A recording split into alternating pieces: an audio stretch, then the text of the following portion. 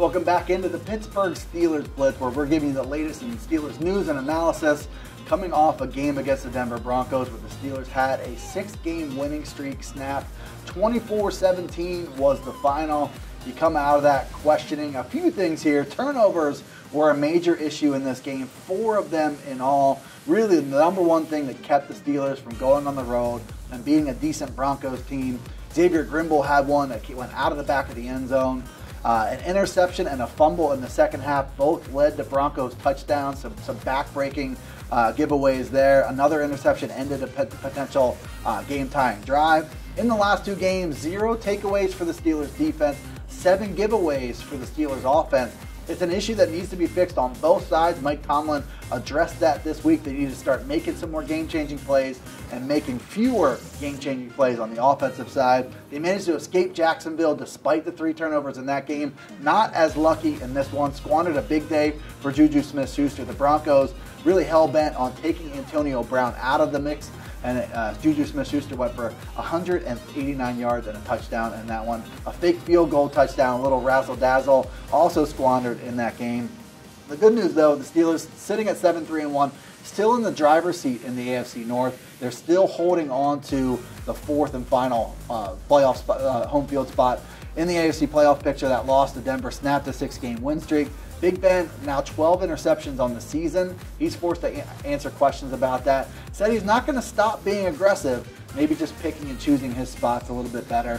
The Steelers did lose ground to both the Patriots and Texans, who both won in Week 12, so that they now sit behind both of those teams. There's a key stretch ahead, though. 3 tough matchups over the next 4 weeks. Chargers, Patriots, and Saints, all playoff caliber teams. Starts with this week coming up with the Chargers team made a little history in beating Arizona last week.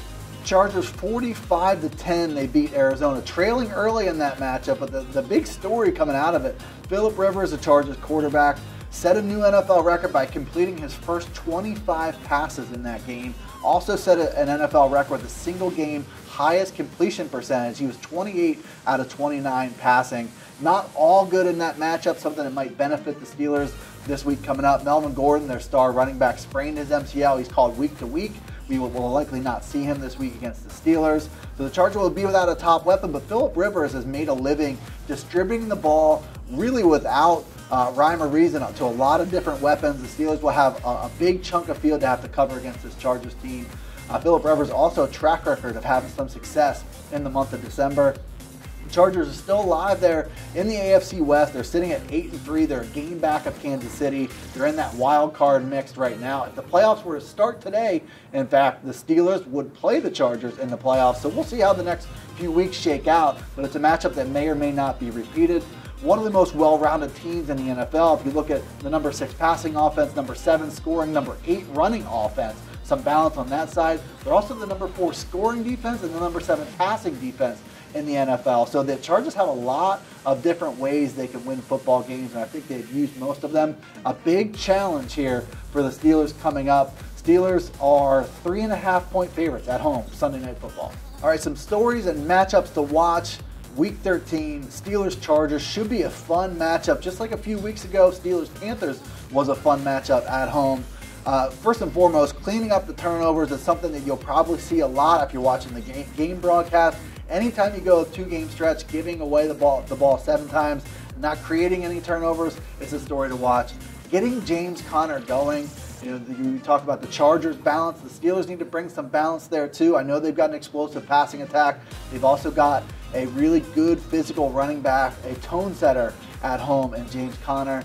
And slowing down Philip Rivers, he's a tough guy to match up with because of that accuracy.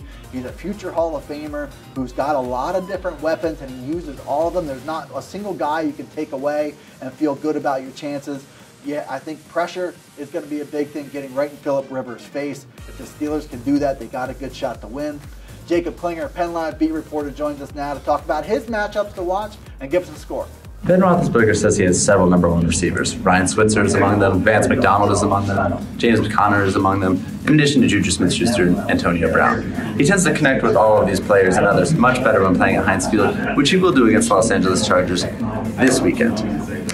However, I do think Ben Roethlisberger will continue to struggle to connect with all of those receivers, at least insofar as he needs to keep up with the Los Angeles Chargers offense. And as a result, I think the Steelers will fall to a second straight loss, 41-30. All right, thank you, Jacob. The Steelers, they do get home field advantage in this one. They're tasked with cleaning up some sloppy play. We'll see if they're able to do that as we approach the final few weeks of the season.